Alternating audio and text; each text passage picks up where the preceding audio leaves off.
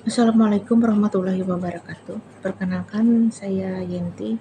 Saya kuliah di Sekolah Tinggi Ilmu Ekonomi Kuala Kapuas, Kalimantan Tengah, semester 1 non-reguler. Saya melanjutkan tugas baca yang ketiga, yaitu bab 3, dengan mata kuliah Pancasila, yaitu Negara Paripurna karya Yudi Latif. Bab 3, Kemanusiaan Universal, sebagai berikut. Para pendiri bangsa dalam mewariskan visi yang berjangkauan jauh ke depan bagaimana nasionalisme Indonesia bisa mengantisipasi dinamika perkembangan global. Sila kemanusiaan yang adil dan beradab apabila digali merupakan visi bangsa Indonesia mengandung begitu banyak nilai manusiawi yang bisa dijadikan pegangan dalam mengantisipasi tantangan global. Bagaimana menyikapi kesenjangan dan ketidakadilan dalam kehidupan global dan nasional, bagaimana penguatan negara bangsa tidak mengorbankan keselamatan warga dunia. Para pendiri bangsa juga telah lolos dari ujian sejarah atas kemampuannya untuk memproses setiap gelombang tantangan yang dihadirkan oleh arus-arus internasional yang dengan visi dan jati diri keindonesiaan. Mereka mampu mengambil inspirasi dari ide-ide nilai-nilai positif kemanusiaan universal untuk dipadukan dengan nilai-nilai kearifan lokal. Jadi mereka mempersatukan bangsa, sesama agama, saling menghormati sesama agama yang lain. Kemampuan para pendiri bangsa untuk memadukan visi global dengan kearifan lokal memberikan tumpangan bagi perkembangan bangsa ke depan untuk tidak kehilangan kepercayaan dan kenegaraan untuk menyongsong globalisasi dalam kemanusiaan yang adil dan beradab. Di tengah krisis dan tantangan globalisasi di se-Indonesia harus mampu mengambil posisi nasional, menyangkut hubungan internasional, sikap empati bagi pendiri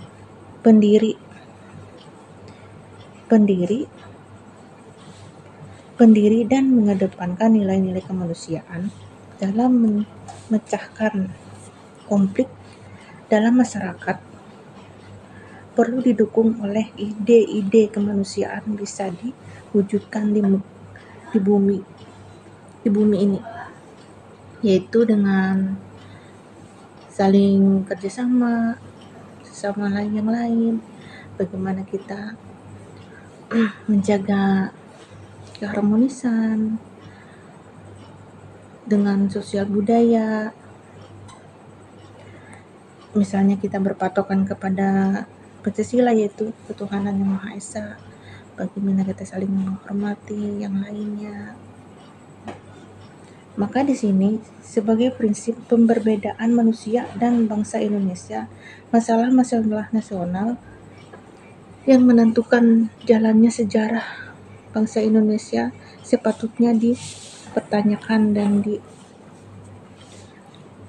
dipertanyakan dalam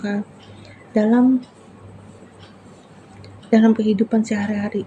Tindakan perilaku yang sangat bertentangan dalam sila kemanusiaan yang adil dan beradab. Kadang kita tidak sependapat dengan yang lainnya, ada konflik dengan sesama. Seharusnya tidak sepatutnya seperti itu. Mewarnai kebijakan dan perilaku aparatur negara dalam kehidupan publik, kekerasan, kemiskinan, ketidakadilan, dan kesenjangan hidup merupakan kenyataan yang sungguh bertentangan dengan rasa keadilan dan kemanusiaan, dan oleh karena itu harus dihapuskan dari kehidupan bangsa.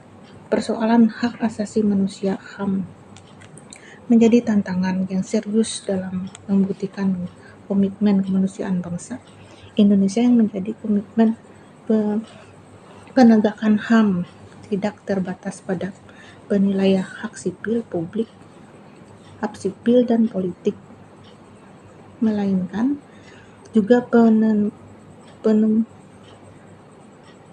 pemenuhan hak ekonomi, sosial, budaya para pendiri bangsa telah merumuskan apa yang disebut sebagai 3 generasi, yaitu sebagai berikut. Generasi pertama, hak sipil dan hak politik. Generasi pertama ini mengemukakan hak asasi manusia yang amat terkait dengan hak sipil yang berhubungan dengan orientasi etis kemanusiaan.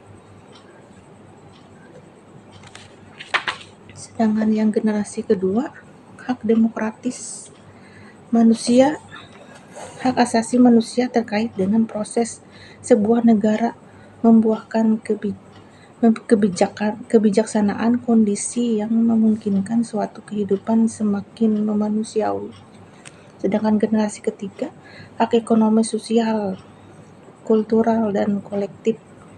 Generasi ketiga ini adalah sebagian dari pengakuan akan perlindungan keseluruhan kehidupan manusia, yaitu seperti kemerdekaan,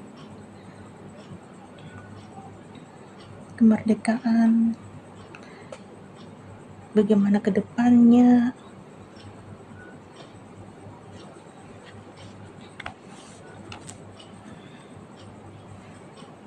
HAM yang mengidentifikasikan bahwa perlindungan bangsa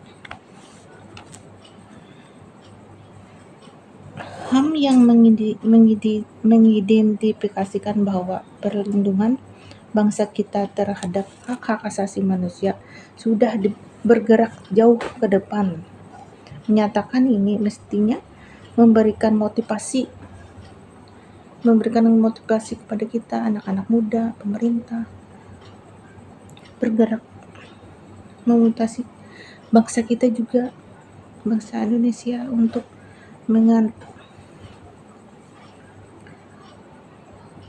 untuk senantiasa berada di baris depan dalam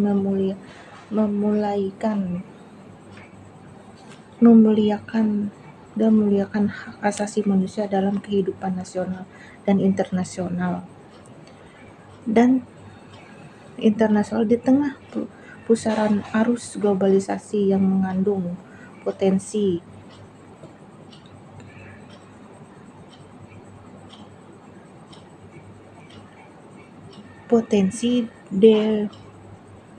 demonisasi.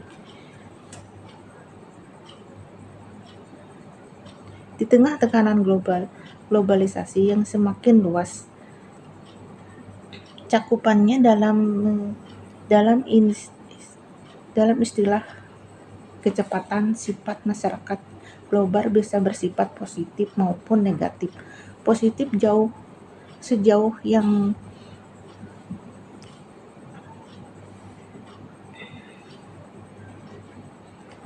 yang terserap adalah unsur-unsur positif konstruktif menurut nilai-nilai kemanusiaan yang adil dan beradab, yang menguatkan cita-cita